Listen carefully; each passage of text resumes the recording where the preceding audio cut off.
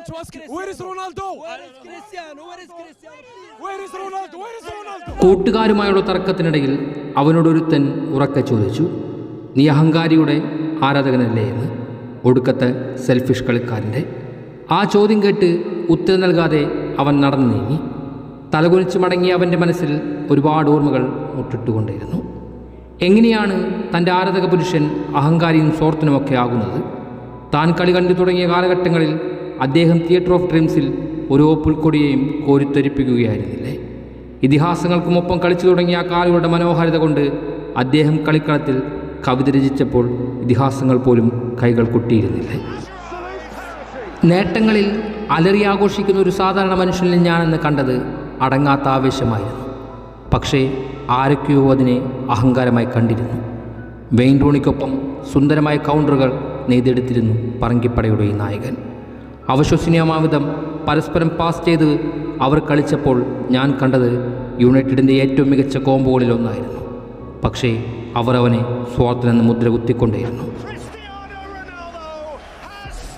സ്പോർട്ടിങ്ങിൽ നിന്ന് ലോകത്തിന് നെറുകയിലേക്കും അവിടെ നിന്ന് നൂറ്റാണ്ടിലെ മികച്ച ക്ലബിലേക്കും കുടിയേറിയപ്പോൾ ഞാൻ കണ്ടത് അദ്ദേഹത്തിൻ്റെ പലതരത്തിലുള്ള കളിമികവായിരുന്നു. മാറാതെ നിന്നത് ഒന്നു മാത്രം, ആ പ്രതിഭ. തൂവെള്ള ജേഴ്സിയിൽ അദ്ദേഹം തൻ്റെ സ്വപ്നങ്ങൾ യാഥാർത്ഥ്യമാക്കി. ഒരുപാട് മഹാപ്രതിഭകൾ കളമൊഴിഞ്ഞ നാളുകളിലും മാഡ്രിഡിൻ്റെ വിജയങ്ങൾക്കായി അദ്ദേഹം ഇടതുവെങ്കിൽ നിന്നും പന്തുമായി മുന്നേറിക്കൊണ്ടിരുന്നു.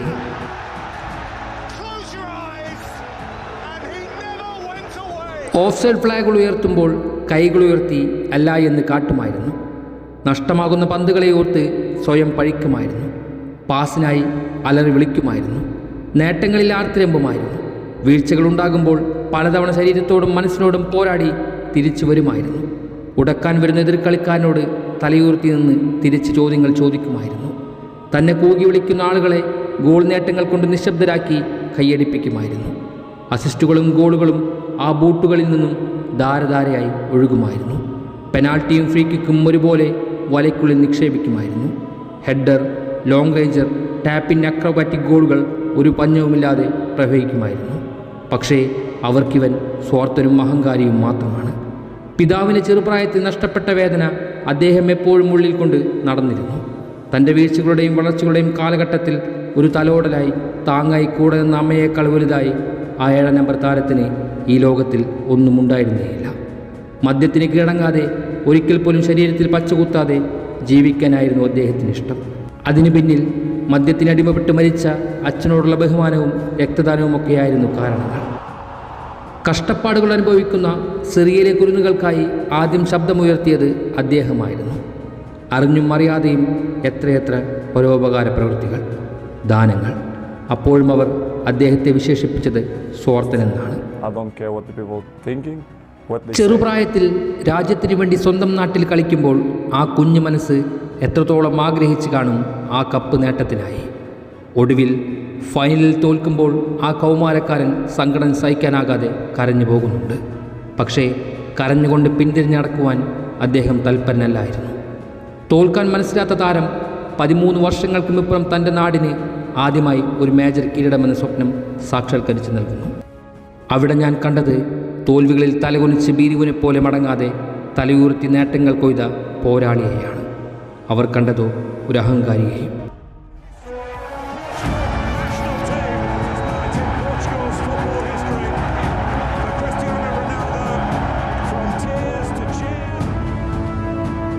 മുപ്പത്തിയാറാം വയസ്സിന് ശേഷവും ആ കാലുകൾ വേഗത്തിൽ ചലിക്കുന്നുണ്ട്. മോശം സമയങ്ങളിൽ പോലും അസൂയമായ നേട്ടങ്ങൾ കൊയ്യുന്നുണ്ട്. പ്രായത്തിനോ വിമർശനങ്ങൾക്കോ മുൻപിൽ തോറ്റുകൊടുക്കാതെ നിശ്ചയദാർഢ്യവും കഠിനാധ്വാനവും കൊണ്ട് നേട്ടങ്ങൾ കൊയ്യുന്നുണ്ട്. പക്ഷേ അപ്പോഴും അദ്ദേഹത്തെ അഹങ്കാരി എന്ന ഓമനപ്പേരിലായിരുന്നു അവർ വിളിച്ചിരുന്നത്. ക്രിസ്ത്യാനോ റൊണാൾഡോ ഒരു സാധാരണ മനുഷ്യനാണ്. ഞാനും നീയും പെരുമാറുന്നത് പോലെയാണ് അദ്ദേഹവും. ആ ചിന്തകളിലും മനസ്സിലും ഒരു മാന്യതയുടെയും മുഖംമൂടി അണിവാൻ അദ്ദേഹം ഒട്ടും താല്പര്യമില്ല. ചിലപ്പോൾ നഷ്ടങ്ങളിൽ വളരെ ദേഷ്യത്തോടെ അലറും, നേട്ടങ്ങളിൽ വികാരഭരിതനായി കരയും. വെറും മനുഷ്യൻ. അത് ക്രിസ്ത്യാനോ റൊണാൾഡോ എന്ന തൻ്റെ ആരാധക പുരുഷൻ എന്തിൻ്റെ അടിസ്ഥാനത്തിലാണ് ഈ വിമർശനത്തിന് പാത്രമാകുന്നത്? ഒരു സ്വാർത്ഥന് എങ്ങനെയാണ് ഒരു ടീം ഗെയിമിൽ ഇത്ര ഇൻഫ്ലുവൻസ് ചെലുത്തി നേട്ടങ്ങൾ കൊയ്യാൻ സാധിക്കുക? ഒരു അഹങ്കാരിക്ക് എങ്ങനെയാണ് കരയുന്ന മനസ്സുകൾക്ക് സ്വാതന്ത്ര്യമാകുവാൻ കഴിയുക? കളിക്കളത്തിലെ കളിയോടുള്ള ആവശ്യത്തെ തിരിച്ചറിയാതെ പൊള്ളവാക്കുകൾ ഉതിർക്കുമ്പോഴും അദ്ദേഹം തൻ്റെ നേട്ടങ്ങൾ കൊണ്ട് കൊട്ടാരം പണിതുകൊണ്ടിരിക്കുകയാണ്. അയാൾ ഗ്രൗണ്ടിൽ തളർന്നു നടക്കാറേയില്ല. പക്ഷേ ആരെക്കാളും ഉയരെ അയാൾ കുതിച്ചെത്താറുണ്ട്. അയാളൊരു ഏലിയനല്ല, പക്ഷേ ചിറകുകളില്ലാതെ അയാൾക്ക് പറക്കാൻ സാധിക്കുന്നുണ്ട്. അയാൾ ലഹരി ഉപയോഗിക്കാറില്ല, പക്ഷേ കാലുകൾ കൊണ്ട് മനുഷ്യൻ്റെ ഞരമ്പിലും ചിന്തകളിലും വരെ ലഹരി നിറയ്ക്കാറുണ്ട്. അയാൾ ഗ്രൗണ്ടിൽ ശത്രുക്കളുടെ അന്തകനാണ്, കളിക്ക് പുറത്ത് പാവങ്ങളുടെ മാലാകയും. ലോകകപ്പ് നേടിയ ഫുട്ബോൾ കളിക്കാർ ഈ ലോകത്ത് 500-ൽ പരമുണ്ട്. പക്ഷേ ഈ ലോകം കീഴടക്കിയവൻ അത് ഒന്നേ ഉള്ളൂ. എല്ലാ കളിക്കാരും ഗോൾ നേടിയതിനു ശേഷം സെലിബ്രേറ്റ് ചെയ്യാൻ ആഗ്രഹിക്കും. പക്ഷേ അദ്ദേഹത്തിന് സെലിബ്രേഷൻ അനുഗ്രഹിക്കാൻ മാത്രം ഗോൾ നേടുന്നവരാണ് ഇന്നത്തെ ഫുട്ബോൾ സ്റ്റാറുകൾ. 11 പേർ ചേർന്ന് കളിക്കുന്നതാണ് ഫുട്ബോൾ, പക്ഷേ ഒറ്റയ്ക്ക് കളിക്കാമെന്ന് തെളിയിച്ചവനുമാണ്. ഞാനാണ് ലോകത്തിലെ ഏറ്റവും മികച്ചവനെന്ന് നെഞ്ചു വിരിച്ചുകൊണ്ട് പറയുവാൻ അവന് മാത്രമേ സാധിക്കുകയുള്ളൂ. ഒരു കുപ്പിയൊന്ന് കൈകൊണ്ട് എടുത്തു മാറ്റുമ്പോൾ സെക്കൻഡുകൾ കൊണ്ട് 4 മില്യൺ മാർക്കറ്റ് അടിക്കുവാൻ അവന് സാധിക്കുന്നുണ്ട്. ഒരിക്കലും ജന്മസിദ്ധമായ കഴിവുകൾ അവനിലില്ല. സ്വന്തം കഠിനാധ്വാനം കൊണ്ട് നേടിയെടുത്തതാണെല്ലാം. 40-ാം വയസ്സിലും 18-കാരൻ്റെ മെയ്വഴക്കം കാണിക്കുന്നവൻ. എത്ര ഗോൾ അടിച്ചു എന്നല്ല, അത് എങ്ങനെ അടിച്ചു എന്ന് ചിന്തിപ്പിക്കുന്നവൻ.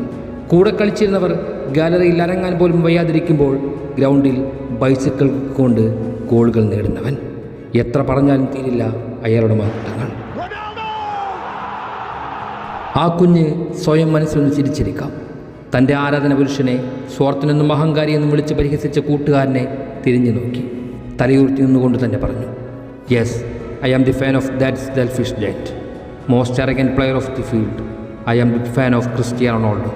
I dare you, double dare you, you can't find a player like him, a complete warrior. இங்கே எல்லாருக்கும் ஒரு கதை இருக்கு. ஆனால் என் கதையில் நான் உருவாக்கின சாம்ராஜ்யம் நான் இல்லைனாலும் என் பேர் சொல்லும். என் கதையில் இன்னும் நான் எழுத வேண்டியது நிறைய இருக்கு. In my mind, I'm always the best. 18 years since that trembling teenager of touch and tease first tiptoed onto this storied stage. Now in his immaculate maturity, CR7, a walking work of art. He comes to life when his team needs him. It's him again. It's always him. What do you need? Call 7. Ronaldo! All-time top scorer.